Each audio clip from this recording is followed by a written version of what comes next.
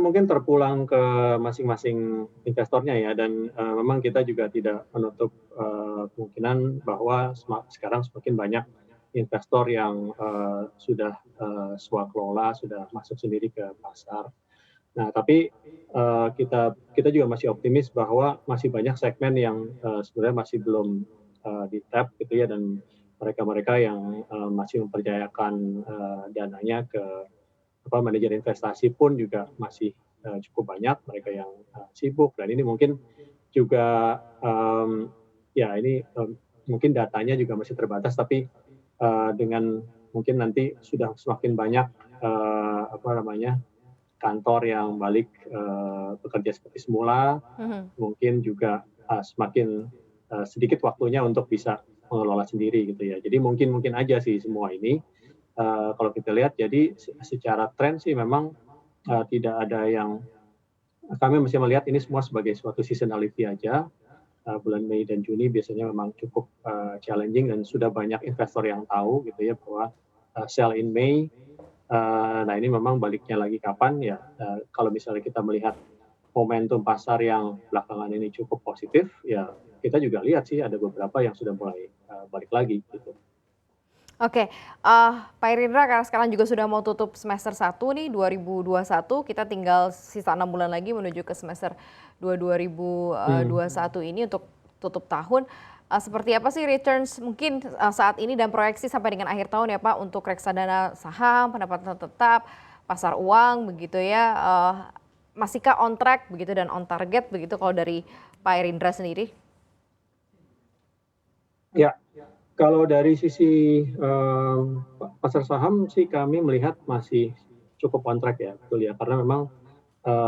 belum ada perubahan, proyeksi kami mengenai data-data maupun dari, data ekonomi maupun, domestik maupun, global gitu ya. Dan ini, menurut kami memang it's just a matter of, confirmation bahwa data-datanya ini akan confirm. Yang mana kalau memang itu terjadi, contohnya pertumbuhan laba bersih tahun ini masih, diproyeksikan antara 40 sampai 45% gitu ya dan, ini menurut kami bisa akan, mendongkrak indeks ke level yang memang ya range-nya ini masih cukup besar ya antara 10 sampai 20%, jadi 6.600 sampai 7.200 contohnya untuk, IHSG,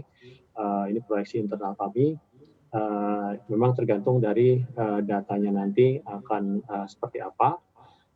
Dari sisi, reksadana pendapatan tetap maupun obligasi memang, dari awal tahun kita sudah, sedikit turunkan, potensi return-nya,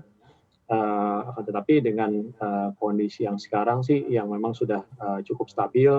dan kalau kita lihat juga data-data, makronya dan juga kebijakan, pemerintah yang menurut kami sih sudah, cukup, mmm, seharusnya bisa mengantisipasi Mhm. beberapa hal di tahun depan, seperti misalnya budget defisit gitu ya, menurut kami juga seharusnya tidak akan, mengakibatkan perubahan yang, drastis dari, kondisi makro kita ke depannya. Nah memang,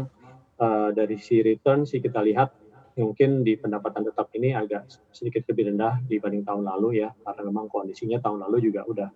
perform sangat baik. Jadi mungkin, return proyeksinya itu sekitar 6 sampai 8%.